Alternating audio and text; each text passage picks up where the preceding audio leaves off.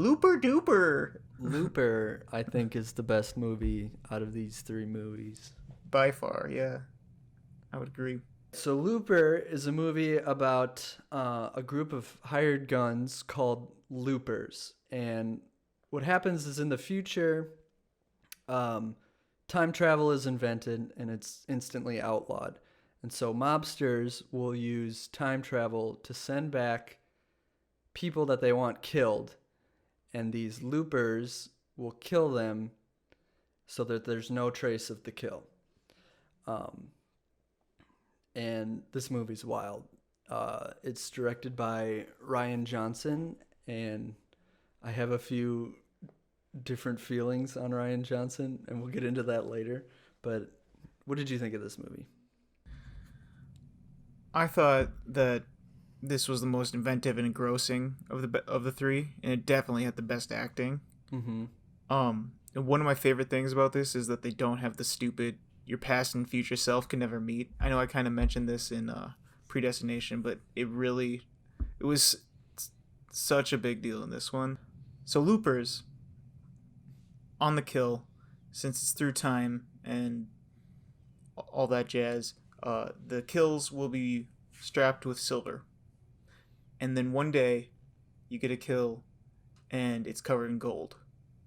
And that's your last kill, because that was you closing your loop on yourself. That means you are killing your future self. So you have 30, 40 years, and then they come get you, send you back in time. And you're free to do whatever you want in that time. Literally whatever, and you have a fortune. Yep. I thought that was a wonderful premise. Like, I think it's much more simple than what a Predestination was going for, but I think that allowed them to get it done a little better, I think. Yeah. Personally. Let's keep them separate, because they're very different movies, but also very similar. It's time travel. It's confusing. Yeah. About it. So there's a line in the movie where he's talking to the main character, played by Joseph Gordon-Levitt, is talking to his older future self, played by Bruce Willis. Sorry, keep going.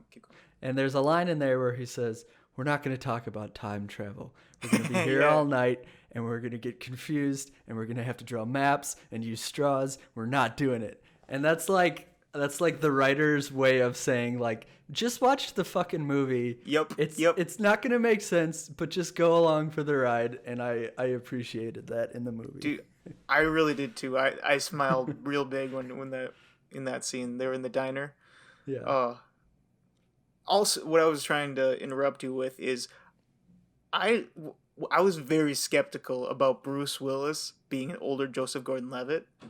Mm-hmm. But there's some shots, there's some scenes where I see it a little bit. I think they did a lot of makeup to Joseph Gordon-Levitt, and I thought it looked really good. And it didn't take me out of the movie, which it kind of does when you first see him as that.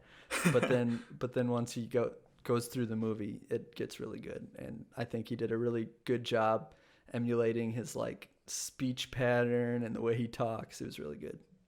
So let's do spoilers, because I have a lot to talk about. So First, I want to talk about Rian Johnson, the director.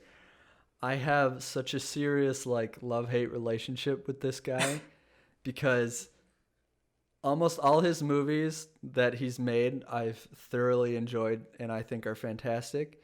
But then he made one movie that makes me really hate him. And what movie is that? And the movie I'm talking about is Star Wars Episode 8, The Last Jedi. He made that movie, and I think I hated everything he did in that movie. Sorry, I'm getting heated just thinking about it right now. There are very few movies that I actually actively dislike, because there's so much art that goes into movies, and there's so many things. It's such a turning wheel that, like, I tend to like movies even if people don't, but I really, really hate Star Wars The Last Jedi.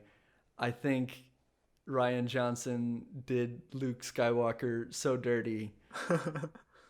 But then on the other end, every other movie he's made, like Knives Out, Brick, Looper, I think are fantastic movies, and I like rewatch them at least once a year. And so I'm very torn on Ryan Johnson. But that's my little rant on Ryan Johnson. Coming back to the actual movie Looper. So once all the time travel stuff is like fleshed out, the main premise of the movie is he has to hunt his older self down and kill him so that he falls back into the good graces with his boss.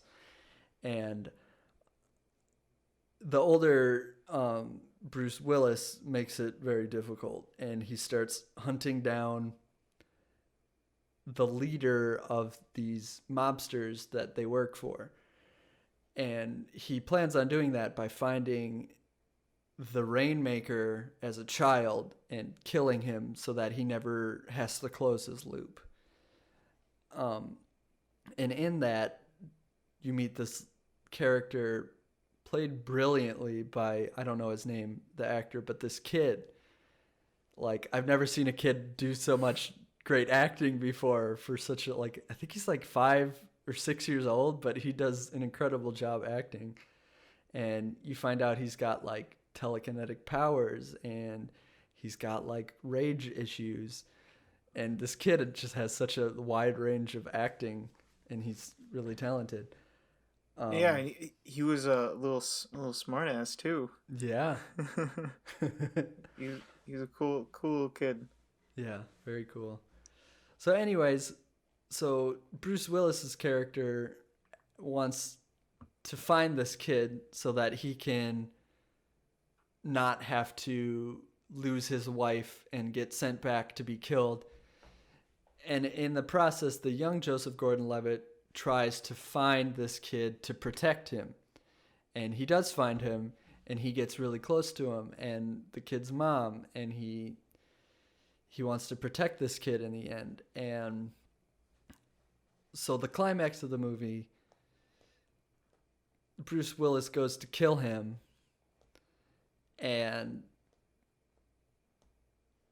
Joseph Gordon-Levitt's character realizes that it's just going to continue. Like, if Bruce Willis's character kills this kid, then this kid grows up to become this awful person, and this awful person wants to kill all the loopers, and then the whole cycle starts all over again. And so Joseph Gordon-Levitt has to end the cycle, and he kills himself. So, Bruce Willis's character was actually about to kill his mother. Right. And that was like a rumor that went around on why, like how he watched his mother die in front of him when he was a kid, and how the Rainmaker was, messed up since he was young. Mm-hmm. And so he realized that he was the cause of all of it, and yeah, he took his life and faded away.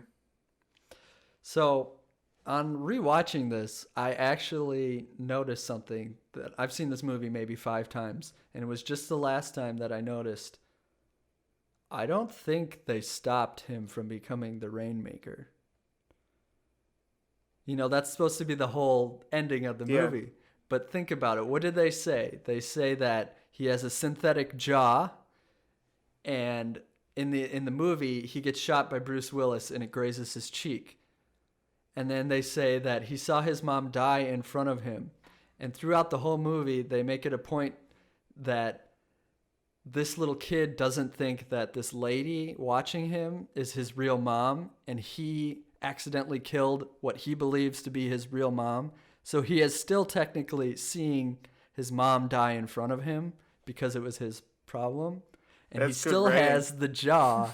If something happens where his mom dies, he can still grow up and he can still hate loopers because all these loopers tried to kill him as a kid. So the cycle isn't over. When I thought of that, my mind was like, I don't know if that's the intention, but everything still plays out.